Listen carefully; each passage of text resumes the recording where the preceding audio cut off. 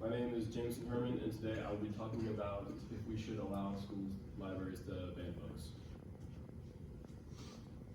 So, some background. What are banned books? Banned books are books that have been censored by maybe a private party, government, or the schools have decided they don't like the content in them, whether that be like hard topics and such.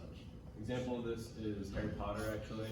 Many Christians in Christian schools were against it and wanted to censor it because they thought all the witchcraft and stuff was kind of against Christianity and a little sacrilegious, and so they're uncomfortable with that.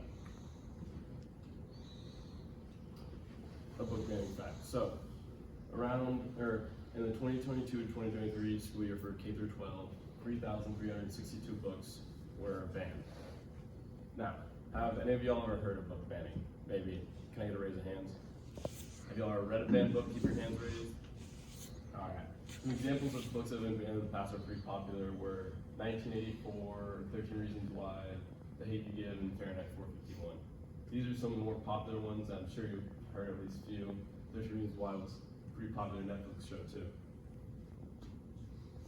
My thesis. Books should not be banned in schools because it can affect students' education and thought processes as well as negatively affect the authors. My main points. The main points I'll be going over are diminishing education and development, empathy and perspective, and effects on the author.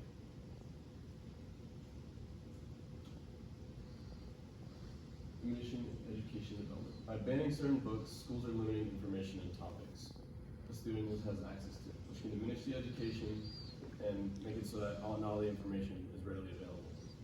An example of this is Fahrenheit 451. It's kind of an ironic banned book. The main topic in the book is censorship and how they're not letting people read any books. And so it's kind of an ironic example when you think about it. And when trying to shield children from uncomfortable themes and topics such as this one, like it's ideas of the effects can go beyond their reading skills, and something like the development of their critical thinking can be heavily affected by this. Empathy and perspective.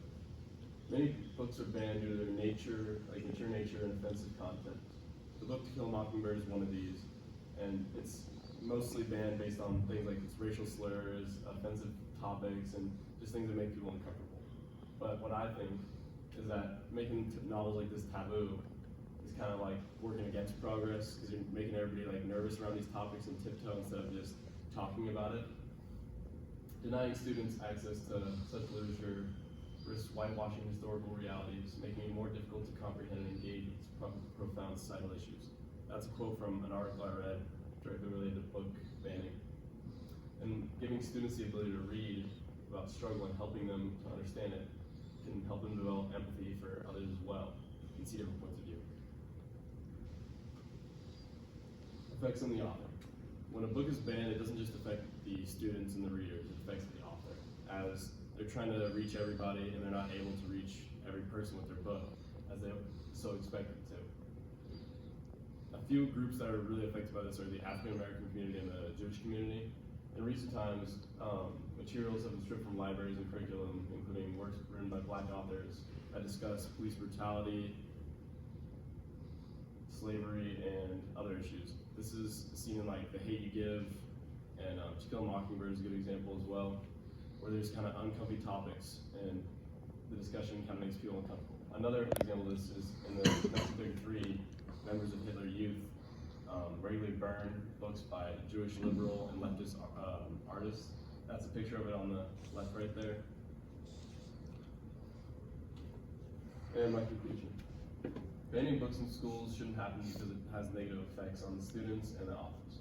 The main problems being the effect on the education, development, empathy, and perspective of students, and how missing readers can hurt the author. I believe banning books is an out-of-date idea that we should move away from going forward. Books should be available to all, especially the youth, and harder topics should be explained rather than locked away and kept from youth.